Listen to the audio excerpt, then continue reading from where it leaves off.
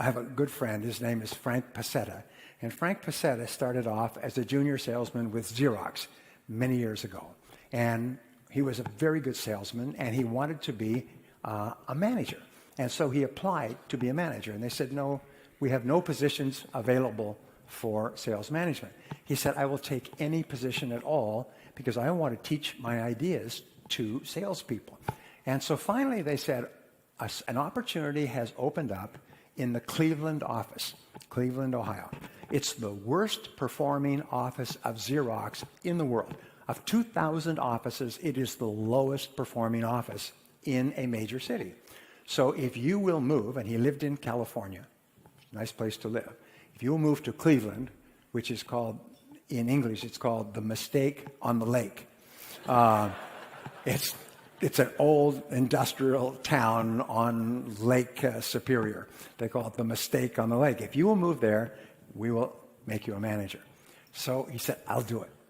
So he packed up his family, drove across country, and there was a notice that the new manager was going to be in the office, and he wanted to hold a sales meeting at 8 o'clock Monday morning. So 8 o'clock Monday morning, he's there waiting, and one or two salespeople of 32 altogether came into the office, and then one or two more, and they're smoking cigarettes and drinking coffee. And by 8:30, the sales team was there, and they've destroyed every sales manager they've ever had, and this was just what we call raw meat, because they were going to destroy him as well. So he said, ladies and gentlemen, he said, thank you for being here. I am your new sales manager, and I want to ask you a question. What is it that you don't see in this office? And so they looked around, maybe he'd taken a painting off the wall or something. They said, we give up. He said, you don't see any customers. And you are salespeople, and your job is to be with customers. You have leads. Now, go out and see customers. This sales meeting is over. Everyone out, out, out. And he herded them out like cattle, herded them out the door.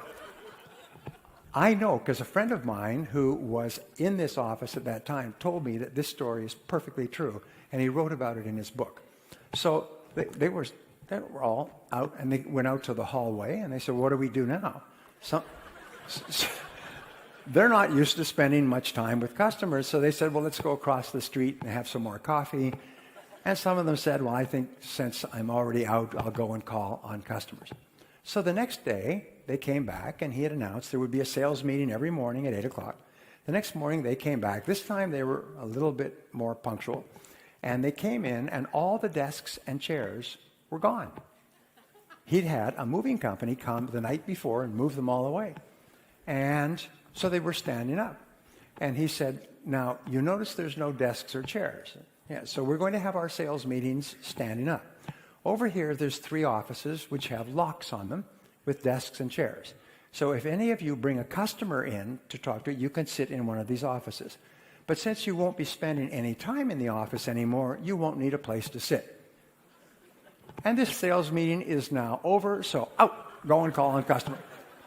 Well, this was his strategy. In the next 30 days, of the 32 salespeople, 12 quit. They told him that he should go and multiply by himself. I don't know if we have that expression in Finnish. Some of you didn't get that, but some of you did. All right. And the others, though, started to make more sales. And since they're highly commissioned, they started to make more and more sales, and they started to get really motivated by making sales. And then he began to have a sales training lesson every morning, and talk to people and work with people and go out with people and come back in with people, and the sales went up. Within a year, within 1 year, it was in the top 500 offices in Xerox. Within 2 years, it was the #1 office in Xerox. The salespeople in that office were earning more per person than any other office in Xerox worldwide. People who worked with him, who I have met, still talk about those being the great days. And the only strategy was forcing salespeople to go out and spend more time face-to-face with customers.